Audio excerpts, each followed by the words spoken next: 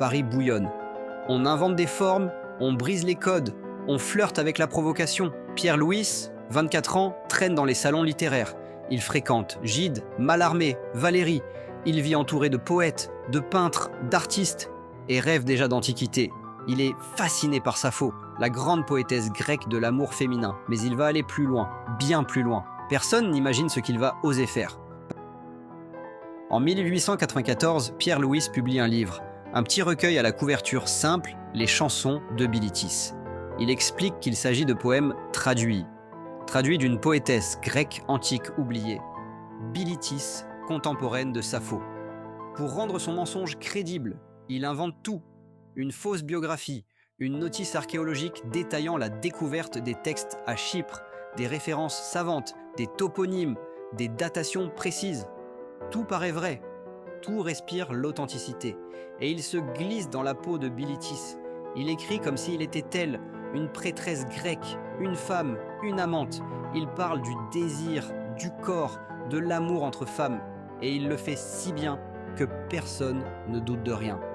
L'imposture est parfaite, et personne ne voit rien venir. Le livre fait un triomphe. Les critiques crient au génie. Les érudits le citent comme une découverte historique. Des lecteurs se passionnent pour cette poétesse retrouvée, pour ses poèmes sensuels, audacieux, parfois choquants.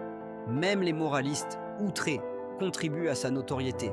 Dans les cercles privés, on s'échange Bilitis comme un secret. Les poèmes circulent sous le manteau. Certains passages sont lus à voix basse, comme s'ils portaient en eux quelque chose d'interdit. Mais derrière le scandale, il y a un mensonge colossal. Quelques années plus tard, Pierre Louis finit par avouer. Bilitis n'a jamais existé. C'est lui. Tout vient de lui. Un faux complet. Certains crient à la trahison. Il nous a trompés. D'autres applaudissent encore plus fort. Un faux aussi beau et plus vrai que le vrai. Et l'histoire retient les deux. Le scandale et le chef-d'œuvre. Les chansons de Bilitis ne sont plus un secret, mais elles fascinent toujours. Elles ont été censurées, interdites, brûlées parfois. Aujourd'hui, elles sont étudiées, rééditées, commentées.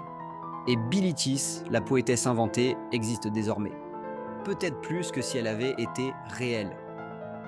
Pierre Louis a créé Bilitis pour tromper son époque, mais son mensonge a traversé le temps. Un faux peut devenir immortel, et parfois, la plus grande vérité se cache dans un mensonge.